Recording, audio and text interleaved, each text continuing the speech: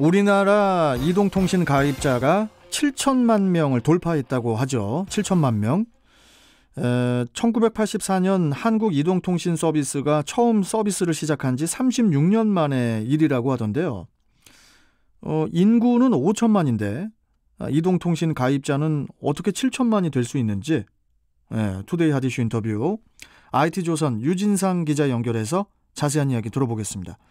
자, 유진상 기자님 안녕하세요. 예, 안녕하세요. 네, 어떻게 잘 지내시고 계시죠? 예, 잘 지내고 있습니다.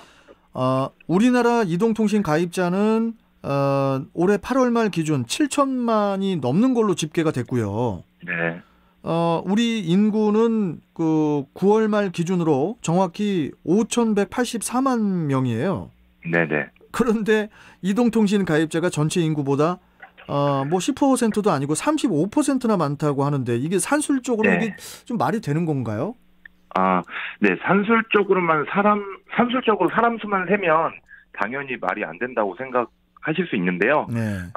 단순히 인구수로만 계산하면 갓난아이까지 휴대전화를 가졌다고 해도 충족하기 어려운 숫자인데요. 그 비밀은 사람 수가 아니라 가입 회선 수입니다. 가입 회선 수. 예, 가입 회선은 과거에 유선전화 한 대당 선 하나를 깔아줘야 한다는 데서 유래한 개념인데요. 예.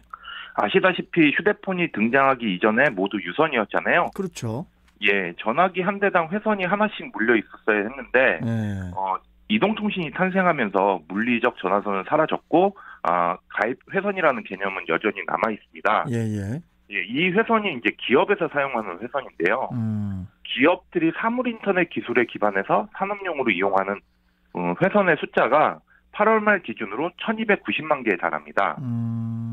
이제 어떤 데 쓰이고 있는지 좀 궁금하실 것 같은데요. 예. 세부적으로 살펴보면 원격 관제에 쓰이는 회선이 가장 많은데요. 이 원격 관제는 가로등을 켜고 끈다던가 아니면 다리, 댐 같은 공공시설물 안전을 점검하는 장비가 있고요. 예, 여기에 또 성범죄자 등 흉악범이 차는 전자발찌도 여기에 포함이 되는데요.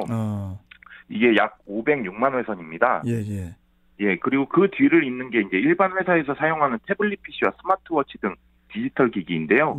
이게 353만 회선이고요. 또 차량 관제용 회선이 있는데 이건 308만 회선입니다.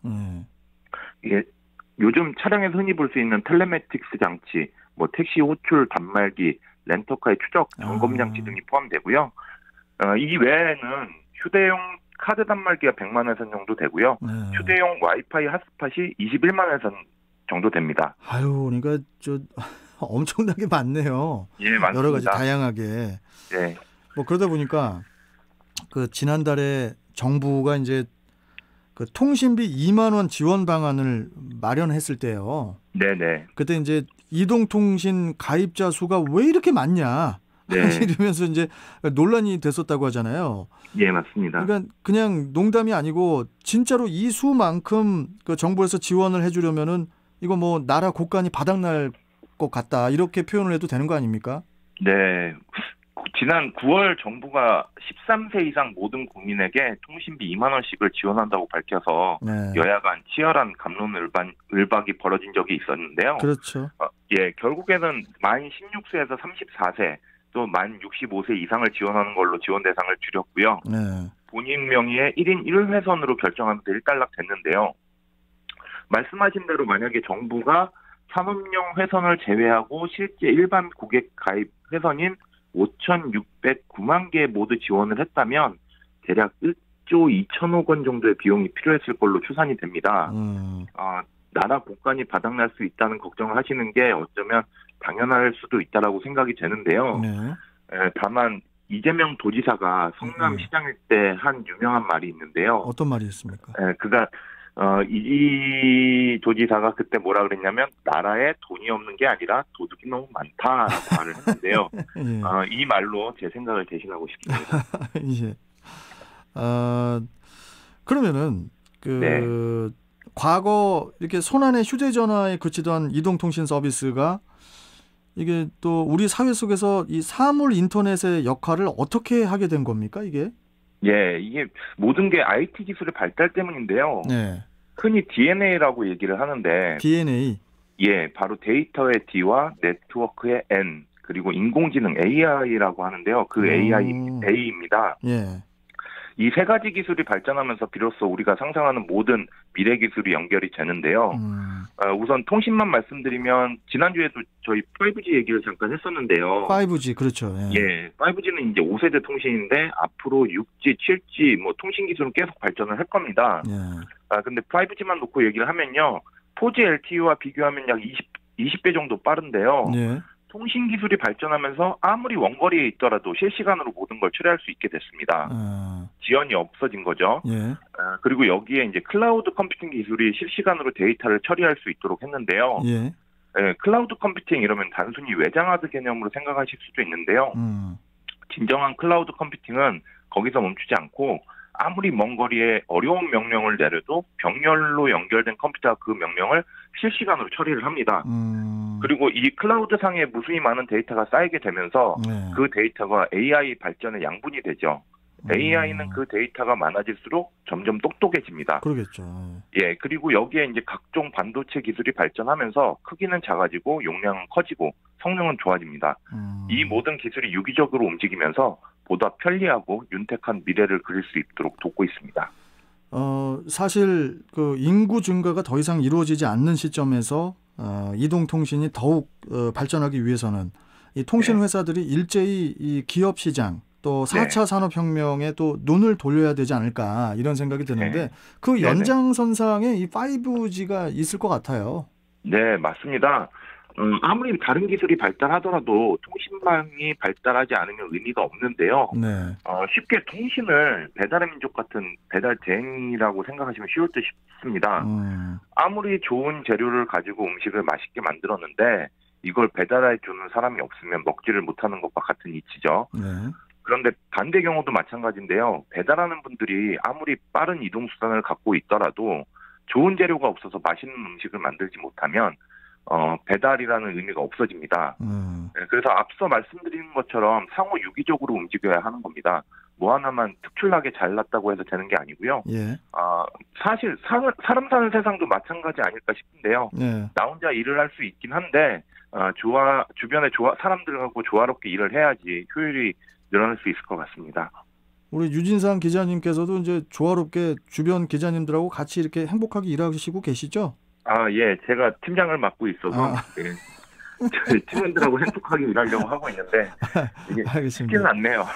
자, 그나저나 저 마지막 질문이 될 것 같은데요, 유 기자님. 네.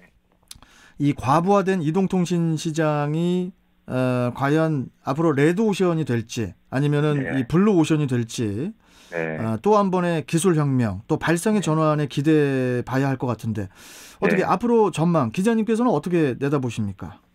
사실 이 통사들이 그것 때문에 엄청난 고민을 하고 있습니다. 최근 뉴스를 살펴보면요. 이 통사들의 탈통신은 지난 몇 년 전부터 계속되어 왔는데요. 이유는 단순합니다. 통신만으로는 이제 이익을 끌어내는데 한계에 봉착했기 때문인데요. 실적을 좀 살펴보면 이게 확 와닿으실 겁니다. 이 통사들이 적자를 보는 상황은 아니에요. 근데 SK텔레콤 같은 경우 올해 2분기에 3,595억 원의 이익을 기록했고요. KT는 3,418억 원, LG유플러스는 2,397억 원을 이익을 기록했습니다. 근데 이 이익이 통신에서 나온 게 아닌 게 이제 조금 걸리는 건데 이게 다 통신으로 수익 얻은 게 아니에요? 그렇죠. KT의 경우는 AIDX 사업에서 나왔고요. LG유플러스도 기업 인프라 사업에서 나왔습니다. 그리고 SK텔레콤 같은 경우는 이제 미디어 사업에서 두드러진 실적 성장을 기록했는데요. 이게 올해만 그런 게 아니고요. 지난 5년간 실적을 살펴보면 SK텔레콤과 KT는 모두 비통신 부분 매출이 계속 증가세를 보였습니다. SK텔레콤의 경우는 2015년 4조 5,800억 원에서 2019년 6조 3,275억 원으로 늘었고요. KT는 1조 8,890억 원에서 2조 9,581억 원으로 증가했습니다. 이 통사 입장에서는 5G 이용자가 늘면서 가입자 평균 매출은 늘었지만 가입자 수가 기대만큼 증가하지 않아서 수익성이 약화됐고요. 5G 구축을 위해서 설비 투자 비용 지출은 크게 늘어났습니다. 실적을 개선하기 위해서는 비통신 영역에서 신규 매출을 만들어야 하는 셈인데요. 여기에 디지털 전환, 4차 산업혁명 이슈가 맞물리면서 통신 사업만 해서는 생존의 위협을 느낄 수밖에 없는 상황이 된 거죠. 아마 요즘 IT 뉴스에서 플랫폼 강조하는 내용을 자주 접하셨을 텐데요. 예. 이제 이 통사들도 플랫폼이 되지 않으면 생존이 불투명하다는 인식이 강한 상황입니다. 이미 이 통사들은 그런 전략 아래 다양한 변화를 추진하고 있으니까요. 그런 변화를 지켜보는 게 하나의 재미가 되지 않을까 싶습니다. 알겠습니다. 앞으로 또 이 통신 관련해서는 또 이야기를 또 우리 유 기자와 이야기를 많이 나눌 거니까요.